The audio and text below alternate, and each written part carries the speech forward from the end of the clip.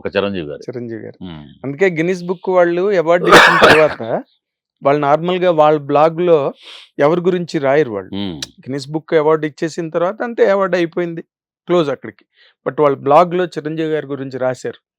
Guinness book అంటే అదేదో డాన్స్‌లు, నంబర్ ఆఫ్ డాన్స్‌లు, నంబర్ ఆఫ్ స్టెప్స్, ఇవన్నిటికి వాళ్ళు సెలెక్ట్ చేసిన మళ్ళీ ఆయన చేసే సామాజిక సేవా కార్యక్రమాలు అండ్ ఆయన తాలూకా social service and blood donation camps, blood banks, ఇవన్నీ వరల్డ్ హిస్టరీలోనే ఏ హీరో చేయలేదు కదండి. ప్రాణం ఖరీదులో ఉన్న చిరంజీవి గారు ఏంటి, ఠాగూర్లో ఉన్న చిరంజీవి గారు ఏంటి, మొన్న ఏదో ఇంటర్వ్యూలో చూస్తున్నాను నేను, వేరియేషన్ చేశాడనమాట.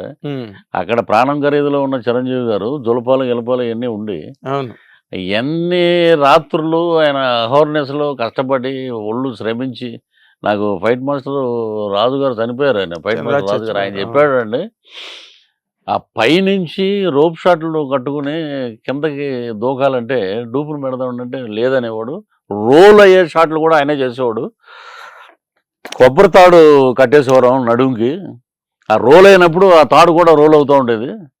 ఇదంతా చెక్కుకుపోయి మళ్ళీ వాటర్లో ఫైట్ అంటే ఇదంతా చిన్న, అస్సలు మామూలుగా అలాంటి కష్టం ఆయన పడి ఒక బ్రహ్మాండమైన NH5 అని కూడా అనలేము మనం, అలాంటి అద్భుతమైన ఫ్లైట్ టేకాఫ్ అయ్యేటప్పుడు ఉంటుంది చూడండి రన్వే, అలాంటి రన్వే వేసాడు ఆయన.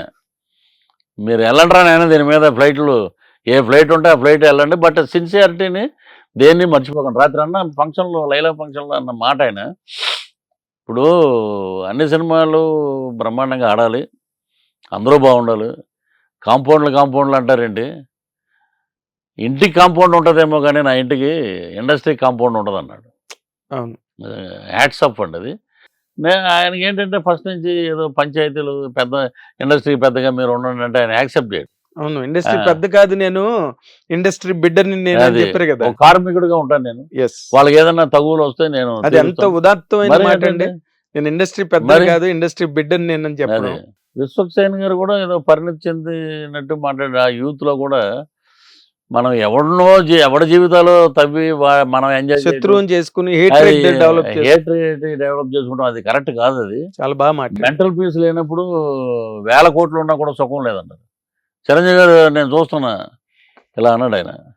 అది ఇదే అండి, ఇప్పుడు జనరేషన్లో కూడా చాలా మార్పు వచ్చిందండి. NTR గారు కానీ ఆయన కూడా మాట్లాడితే, ఎందుకే నా గురించి నేను ఎలాగ ఉంటా, నా గురించి నేను ఎలా ఉంటా అందరికీ తెలుసు, ఇంకోటి గురించి నేను ఎందుకు మాట్లాడాలి, కరెక్ట్, ఉండేది ఇంత జీవితం, కరెక్ట్, ఆ జీవితంలో ఇన్ని రకాల, నాకు అంటే ఇంటర్వ్యూలో కొన్ని విషయాలు చెప్పాలి, నేను పర్సనల్గా ఫీల్ అయిన విషయాలు చెప్పాలి. అరుణాచలం వెంకటేష్ బాబు గారి ద్వారా అరుణాచలం ఫస్ట్ బయలుదేరి గిరి ప్రదక్షిణ చేసి వచ్చి రమణ మహర్షి గారి ఆశ్రమంలో కూర్చుంటూ ఒక ఆయన పిలిచి, హ్యూమన్ లైఫ్ గురించి ఎప్పుడైనా మీరు చూసారా అన్నాడు. మామూలుగా పుట్టుక పుస్తకాల్లో ఒక చిన్నది ల్యాప్టాప్ దాంట్లో ఆయన చూపించాడు. ఒక హాలీవుడ్ స్టార్ చనిపోయాడు, అతను రాక్ హడ్సన్ ఏదో పేరు, చాలా అందగాడు అంట అతను, ప్రపంచంలో హ్యాండ్సమ్ గై అంటే అతనే. చనిపోయాడు, ఎయిడ్స్ వచ్చిపోయాడు. అతన్ని చూడటం కోసం మైకేల్ జాక్సన్కి ముందు తరం అతను చూడటం కోసం అమ్మాయిలు ఎటు వెళ్ళిపోతున్నాడు అని చెప్పి పెట్రోల్ పోసి తగలెట్టేసుకున్నారంట. ఏంటిది, ఇలా ఉండకూడదు, అభిమానులు అనేవాళ్ళు ఇలా ఉండకూడదు. నాకు ఫస్ట్ ఎయిడ్స్ వచ్చి చచ్చిపోయింది అతనే. నేను ఇలా కాదు, జీవితం అనేది జనాలకు తెలియాలి. యాజ్ క్రిస్టియానిటీ ప్రకారం అతన్ని దాంట్లో పెట్టేసి ప్రార్థన చేసి పాతి పెట్టేశారు. ఆఫ్టర్ 3rd డే ఓపెన్ చేశారు, లక్షల పురుగులు, బాడీ మట్టిలో కలిసిపోద్ది దేహం అంటారు. అదే ఇప్పుడు అంత్యక్రియలు జరిగినప్పుడు దహన సంస్కారం చేస్తే మట్టిలో కలిసిపోతుంది, మట్టిలో అలాగా క్లోజ్ చేసి, అందమైన శరీరం, కొన్ని వేల కోట్లు ఆస్తిపరుడు, కొన్ని వేల మంది అభిమానులు, ఇది లైఫ్. అది చూసి చాలామంది చచ్చిపోయారంట. ఏంటి ఇలా ఉన్నాడా అని, ఇదే జీవితం, అంతకుమించి ఇంకేం లేదు అని చెప్పాడు. అది క్లోజ్ చేసి తర్వాత ఇది దేర్ ఈజ్ నో లైఫ్, ఇదే life, you have seen this life, ఇదే లైఫ్. ఇది life. దీని గురించి ఎందుకు why should we go for BMW car? నాకు ఒక 60 కోట్ల బిల్డింగ్ అక్కడే ఉంటుంది. చెట్లు మనతో పాటు పుట్టి పెరిగే మహావృక్షాలు అక్కడే ఉంటాయి. బట్ మనం ఉండం. అన్ని ఉంటాయి అన్నీ ఉంటాయి. మనం అది భరణి గారు పాడారు. అది ఇల్లు అంటావు అని నువ్వు తాపత్రయపడతావు, ఆ ఇల్లు ఉండదు. ఇక్కడ తీసుకొచ్చి ఇక్కడ దీని లోపలికి వెళ్ళిపోద్ది. అది ఇప్పుడు మనం క్యారెక్టర్స్ గురించి మాట్లాడుకుని అంటే మీ కెరీర్ వెనకాతలకి వెళ్ళి ఒకసారి చూసుకుంటే అంటే మీరు అనుకున్నవన్నీ మీకు అనుకున్నట్టుగా జరిగాయా లేకపోతే అటు ఇటుగా జరిగాయా? అది అంటారు చూసారా పాట, అనుకున్నామని జరగవు అన్ని అనుకోలేదని ఆగవు కొన్ని అన్నది. అనుకోలేదు ఆగవు కొన్ని అంటే ప్రభాకర్ రెడ్డి గారితో సాధించాం. Okay, doctor M Prabhakar Reddy director, producer, బ్రహ్మాండమైన, మీకు తెలిసే ఉంటది. ఆయన నాకు ఫ్రెండ్ ఏంటంటే ఇది విచిత్రం. చాలా ఆయన అప్పటికే చాలా పెద్ద ఆయన ఇండస్ట్రీకి వచ్చారు. గుమ్మడి గారు, ఆయన గిరిబాబు గారు, నా కైకాల్ గారు. ఒరే నువ్వు నాలాగే ఉన్నావు, నేను గుడివాడ నుంచి వచ్చినప్పుడు ఇలాగే ఉండేవాడిని, కొంచెం లావు ఉండేవాడినప్పుడు, గుర్తుంది.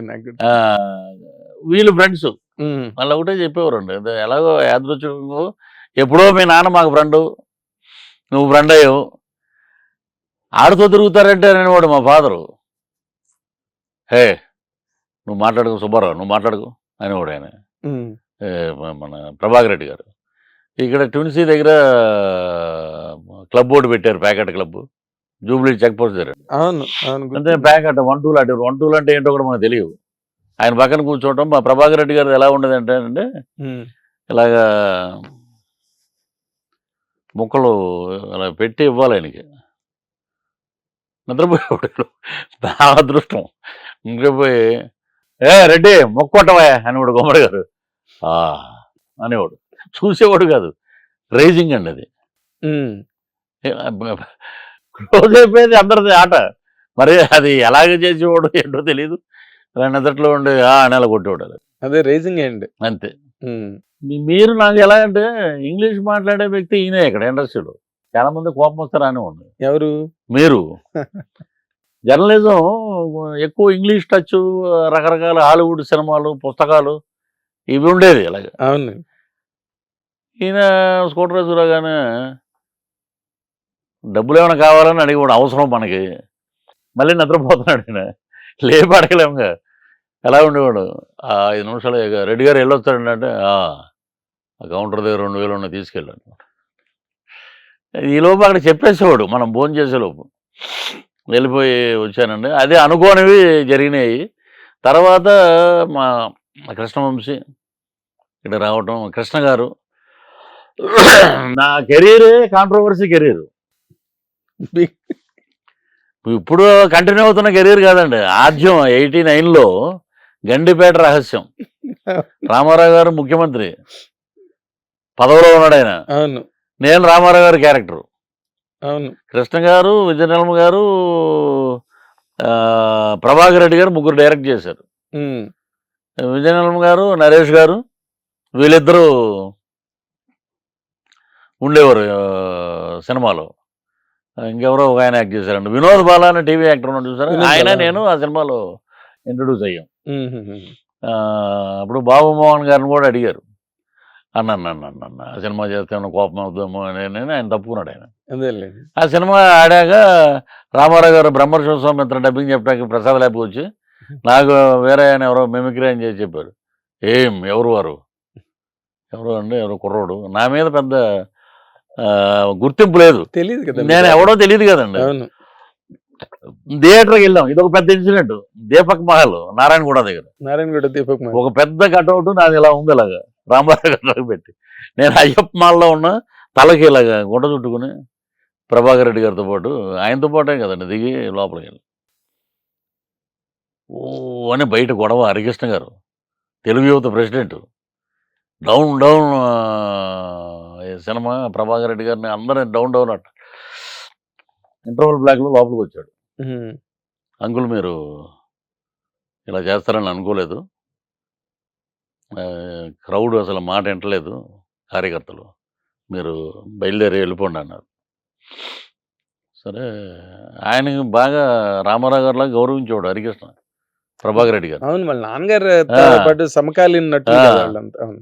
రామారావు అలాగా అంటే నేను కూడా హరికృష్ణ గారికి దండం పెట్టి అలా కదిలే ముందు కదిలే అంబాసిడర్ కారు ఎక్కామండి. ఉమ్. అలా ఆడే అలా ఇక ఎంట పడ్డారండి ఆ కారు వెనకాల రాళ్ళేసి. ఉమ్. ఆ వెనకాల మొత్తం దబా దబాని పడతానే ఉన్నాయి. ఆ డ్రైవర్ ఏదో కొంచెం మంచోడు కాబట్టి లాక్కుపోయాడు. కరెక్ట్గా పద్మాలయ స్టూడియోకి వచ్చేసింది. అక్కడ దొరికిన సారథి గారిని కానీ ఇంకెవరో ఆర్టిస్టులు దొరికారు, వాళ్ళందరినీ చెత్తకొట్టేశారండి. తర్వాత ఇతను ఎక్కడ ఉంటున్నాడు, పద్మాలయలో ఉంటున్నాడు. పద్మాలయలో ఉంటే చంపేయండి ఇతను అన్నారంట. ఉమ్. నన్ను చంపేయడం ఏంట్రా బాబు, ఇది నేను కాకపోతే ఎవడైనా చేసేవాడు ఇది అవును. అని రామారావు గారి దగ్గరికి నన్ను వెళ్ళమన్నారు రెడ్డి గారు. కృష్ణ గారు కూడా ఆయన ఏమండండి అంటే ఆయన ఏమండు సరే చుట్టుపక్కల ఉన్న వాళ్ళు. సరే వెళ్ళాను, ఇంత పెద్ద సున్నుండలు క్యారేజీలు తీసుకుని లోపలికి వెళ్తే అబిడ్స్లో పెద్ద ఇల్లు, ఆ బస్సు వెళ్ళినా కూడా డోర్ వేస్తే బస్సు కనపడదండి. అవును. అలాంటి ఇంట్లోకి వెళ్ళాను నేను. వెళ్ళంగానే ఇలా కూర్చున్నాడు పెద్ద ఆయన, బయట కూర్చుంటారు. అవును. కూర్చున్నాడు. చుట్టూరు ఇప్పుడున్న పెద్ద తెలుగుదేశం లీడర్లు అందరూ నిలబడి ఉన్నారు. హిట్ టీవీ యాప్, ఇందులో short news, live news, entertainment shows, movies, digital magazines తో పాటు మీ జిల్లా వార్తలను కూడా ఫ్రీగా చూడొచ్చు. అంతేకాదు కేజీ నుంచి పీజీ వరకు విద్యార్థులకు స్కాలర్షిప్ కూడా అందిస్తున్నాం. ప్రతి వారం 10 మందికి లక్కీ డ్రా ద్వారా ఒక్కొక్కరికి 10,000 రూపాయలు అందిస్తున్నాం. ఇంకెందుకు ఆలస్యం, వెంటనే హిట్ టీవీ యాప్ ని డౌన్లోడ్ చేసుకుని ఫ్రీగా ఎంటర్టైన్మెంట్ పొందండి. Hit TV app. Hit TV app. Please download hit TV app. Hit TV యాప్ని ఫ్రీగా డౌన్లోడ్ చేసుకొని ఎంజాయ్ చేయండి. మీకు నచ్చిన ఎంటర్టైన్మెంట్ కోసం హిట్ టీవీ యాప్ ని ఫ్రీగా డౌన్లోడ్ చేసుకుని ఎంజాయ్ చేయండి. హిట్ టీవీ యాప్ని డౌన్లోడ్ చేసుకుని ఆస్వాదించండి, ఆశీర్వదించండి. ఇంతమంది సెలబ్రిటీలు హిట్ టీవీ యాప్ ని డౌన్లోడ్ చేసుకోండి అని చెప్తున్నారంటే ఎంత మంచి యాప్ ఆలోచించండి. అమెరికా అమెరికా అమెరికా అమెరికాలో చదవాలనుకునే వాళ్ళకి విశ్వసనీయమైన పేరు మన శౌర్య కన్సల్టెన్సీ. UK లో 1 year masters. UK లో 1 year masters. 2 years work permit up to 5 years visa. Contact Saurya Consultancy. Contact 89851 89851.